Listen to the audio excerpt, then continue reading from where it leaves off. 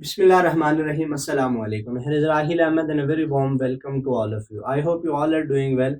Students, as you all know that we are discussing about chlorides of period third element. Third period elements के chloride पे हमने last lecture के अंदर discussion की. उसमें एक point हमने छोड़ दिया था जिसको आज के lecture के अंदर मैंने discuss करना है. That is melting and boiling point of chlorides. ठीक है. आज यहाँ हम बात करेंगे melting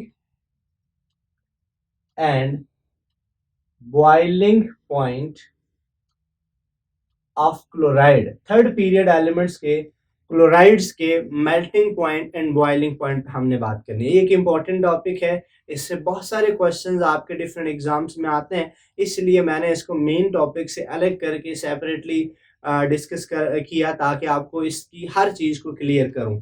स्टार्ट करते हैं. सबसे पहले मेल्टिंग पॉइंट. इन क्लोराइड्स के मेल्टिंग पॉइंट का ट्रेंड. पहले मैं आपको ट्रेंड बताऊंगा, फिर मैं आपको रीजन बताऊंगा कि क्यों इनके मेल्टिंग पॉइंट में फर्क आता है. देखिए, सबसे ज्यादा मेल्टिंग पॉइंट जो है वो सोडियम क्लोराइड का है, उसके बाद मैग्नीशियम क्लोराइड का है, फिर उसके बाद एल्यूमिनियम क्लोराइड Al2Cl6, ठीक है, एल्यूमिनियम क्लोराइड, ठीक है, फिर इसके बाद PCl5 फास्फोरस क्लोराइड, फिर उसके बाद SiCl4 सिलिकॉन टेट्राक्लोराइड, उसके बाद आपके पास आएगा S2Cl2 डाइसल्फर डाइक्लोराइड और लास्ट में आएगा PCl3. अगर आप सीक्वेंस में देखेंगे इस पीरियड के एलिमेंट्स को, पहले सोडियम है, फिर मैग्नीशियम है, फिर एल्यूमिनियम है, फिर सिलिकॉन है, फिर फास्फोरस है, फिर सल्फर है. ठीक है, लेकिन ट्रेंड में थोड़ी सी इरेगुलरिटीज है. यहां से लेकर सोडियम से लेकर एल्यूमिनियम तक ये ट्रेंड रेगुलर है. जैसे एलिमेंट सीक्वेंस में आ रहे हैं ऐसे ही इनका melting point left to right decrease हो रहा है.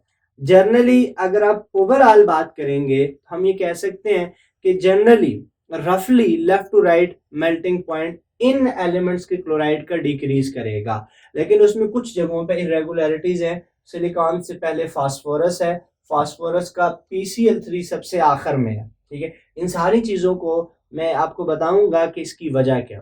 सबसे पहले इन दो पे बात करते हैं. आपने एक बात पढ़ी कि ये जो सोडियम और मैग्नीशियम है, इनके जो कंपाउंड्स हैं दीज आर आयनिक.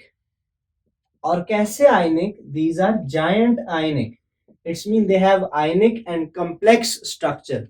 और ये रेस्ट जितने भी एलिमेंट्स हैं इन सारों के क्लोराइड जो हैं these are simple molecular chloride. ये जितने भी हैं ये सिंपल मॉलिक्यूलर हैं, इन सारों के अंदर कोवैलेंट बॉन्डिंग है. ठीक है, तो आपने ये बात पहले से पढ़ी हुई है. कोवैलेंट बॉन्ड और आयनिक बॉन्ड की स्ट्रेंथ, जहां पर आयनिक बॉन्ड होगा उनका मेल्टिंग पॉइंट ज्यादा होगा, जहां पर कोवैलेंट बॉन्ड उनका मेल्टिंग पॉइंट कम होगा. ठीक है, तो इससे आपको ये आइडिया होगा सोडियम और मैग्नीशियम का बाकियों से क्यों हाई है. ये बात क्लियर. अब दूसरी बात, इन दो को आप कैसे कंपेयर करेंगे. सोडियम क्लोराइड का क्यों ज्यादा, मैग्नीशियम क्लोराइड का क्यों कम.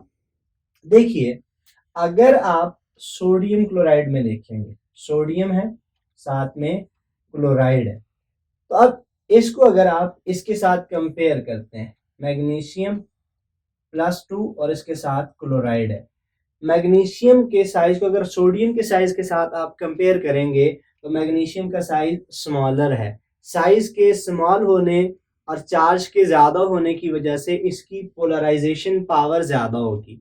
पोलराइजेशन पावर के ज्यादा होने की वजह से इस कंपाउंड में कोवैलेंट कैरेक्टर आएगा. ये बात समझ लेनी है, इसको हमने पहले डिस्कस किया हुआ है, यहाँ दोबारा डिस्कस करेंगे कि जितना किसी कंपाउंड में कोवैलेंट कैरेक्टर ज्यादा आएगा उसका मेल्टिंग पॉइंट बॉइलिंग पॉइंट दूसरों से कम होगा. तो आई होप ये बात आपको अच्छी तरह से क्लियर होगी कि सोडियम क्लोराइड का क्यों ज्यादा, मैग्नीशियम क्लोराइड का क्यों कम. सोडियम क्लोराइड कंप्लीटली आयनिक, मैग्नीशियम क्लोराइड में कुछ एक परसेंटेज कोवैलेंट कैरेक्टर की आती है. तो कोवैलेंट कैरेक्टर के आने की वजह से magnesium chloride has low melting point as compare to sodium. Same case will be for boiling point.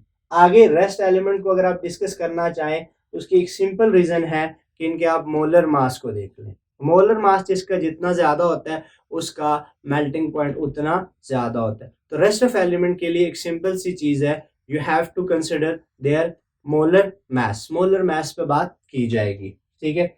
अब दूसरे नंबर पर हम आते हैं बॉइलिंग पॉइंट। बॉइलिंग पॉइंट और मेल्टिंग पॉइंट में इतना खासा फर्क नहीं आता, इनके काफी हद तक सीक्वेंस सिमिलर रहेगा। उसी तरह से सबसे पहले सोडियम क्लोराइड, फिर मैग्नीशियम क्लोराइड, रीजन आपको क्लियर, और फिर एल्यूमिनियम क्लोराइड Cl6, फिर उसके बाद PCl5, यहाँ के बाद SiCl5 नहीं होगा, Cl4 नहीं होगा, सॉरी, S2Cl2, फिर PCl3, और फिर आखिर में SiCl4, ठीक है। तो मेल्टिंग पॉइंट को अगर आप देखेंगे सबसे आखिर में PCl, तो एक चीज आपने याद रख लेनी है, इसको आपने यहाँ आखिर में ले जाना है, बस इतना, और कोई फर्क नहीं पड़ेगा। तो रीजन मैंने आपके सामने रख दी कि लेफ्ट टू राइट जब आप जाएंगे तो जो स्ट्रक्चर है वो जायंट आयनिक से सिंपल होती जाएगी, ठीक है। फर्स्ट लेक्चर के अंदर स्ट्रक्चर पे आपने बात की, जैसे जैसे किसी कंपाउंड की स्ट्रक्चर कॉम्प्लेक्स से सिंपलिसिटी की तरफ जा रही है, इसका मतलब है उसका मेल्टिंग पॉइंट, बॉइलिंग पॉइंट भी सिंपल होता जाएगा। तो आई होप ये चीज आपको क्लियर हो गई होगी। एक बात मैं आपको मजीद क्लियर कर दूं कि आपने इनकी वैल्यूज को याद नहीं रखना होता, आपको जनरल ट्रेंड का पता होना चाहिए, इस ट्रेंड का पता होना चाहिए, फिर उस हिसाब से आप क्वेश्चंस को सॉल्व कर सकते हैं। कहीं वैल्यूज भी आई हो तो आपके माइंड में जो आइडिया होता है उसको आप क्लियर कर सकते हैं। जनरली कभी भी जो न्यूमेरिकल वैल्यूज होती हैं, किसी का मेल्टिंग पॉइंट, या किसी का बॉइलिंग पॉइंट, या किसी की डेंसिटी, या किसी की विस्कोसिटी, ये वैल्यूज नहीं दी जाती पेपर्स में। आपको जनरल ट्रेंड का पूछा जाता है, जनरल आइडिया होता है, मेन कॉन्सेप्ट पे बात की जाती है। तो आपने मेन ट्रेंड को याद रखना है, मेल्टिंग पॉइंट की एग्जैक्ट वैल्यूज को याद रखने की कोई जरूरत नहीं है।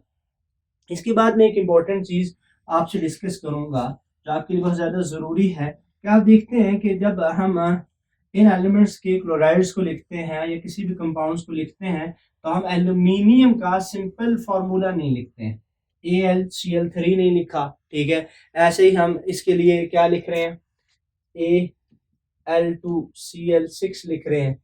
ऐसे ही आपने ये देखा Al2O3 लिख रहे हैं, ठीक है। तो इसके डायमेरिक फॉर्म लिख रहे होते हैं। तो ये बात समझनी है कि why aluminium exist as dimer. देखिए आपने एक बात पढ़ी कि this aluminium belongs to group number 3, periodic table के थर्ड ग्रुप से बिलोंग करता है। इसका मतलब है इसके पास टोटल 3 इलेक्ट्रॉन्स होंगे, इसके वैलेंस शेल में 3 इलेक्ट्रॉन। अब अगर ये किसी एलिमेंट के साथ मिलकर, लेट्स से क्लोरीन है, मिलकर ये बॉन्ड बनाता है एक एक इलेक्ट्रॉन शेयर करके, अब इसके पास कितने इलेक्ट्रॉन आ गए, अब इसके पास 6 इलेक्ट्रॉन आ गए। पहले इसके पास 3 थे, उन 3 को इसने शेयर किया, शेयर करने के बाद इसने मजीद 3 ले ली, तो टोटल इसके पास 6 हो गए। स्टिल इसका ऑक्टेट इनकम्प्लीट है। तो अब ये क्या करता है, इसका कोई भी मॉलिक्यूलर, लेट्स से हम, मैं इसको यूं लिख देता हूँ, एल्यूमिनियम है, इसका क्लोराइड इस तरफ, इसका क्लोराइड इस तरफ, ठीक है, और तीसरा क्लोराइड इस तरफ। एल्यूमिनियम के आमतौर पर 2 यूनिट एक साथ एग्जिस्ट इसलिए कर रहे होते हैं कि यूं अगर आप इसको देखिए, ये अब ये जो एल्यूमिनियम क्लोराइड है ये भी इनकम्प्लीट ऑक्टेट रख रहा है, और ये भी, ये क्या करेगा, इसका ये क्लोराइड इसको लोन पेयर दे रहा होता है, एक इलेक्ट्रॉन पेयर उसको डोनेट कर रहा होता है, और ये इसको डोनेट कर रहा होता है। तो ओवरऑल ये डायमेरिक फॉर्म में इसका ऑक्टेट कंप्लीट हो रहा होता है, और इसका ऑक्टेट भी कंप्लीट हो रहा होता है। That is the reason why aluminium chloride exist as dimeric form. क्या डायमेरिक फॉर्म में ये क्यों एग्जिस्ट करता है, ठीक है। तो आई होप ये एक क्वेश्चन आपके माइंड में आया होगा, तो इसको भी मैंने आपको क्लियर कर लिया होगा। That's all about for today. If you have any question regarding this topic, you can mention it comment box. We will see you in another lecture. Till then, thank you very much.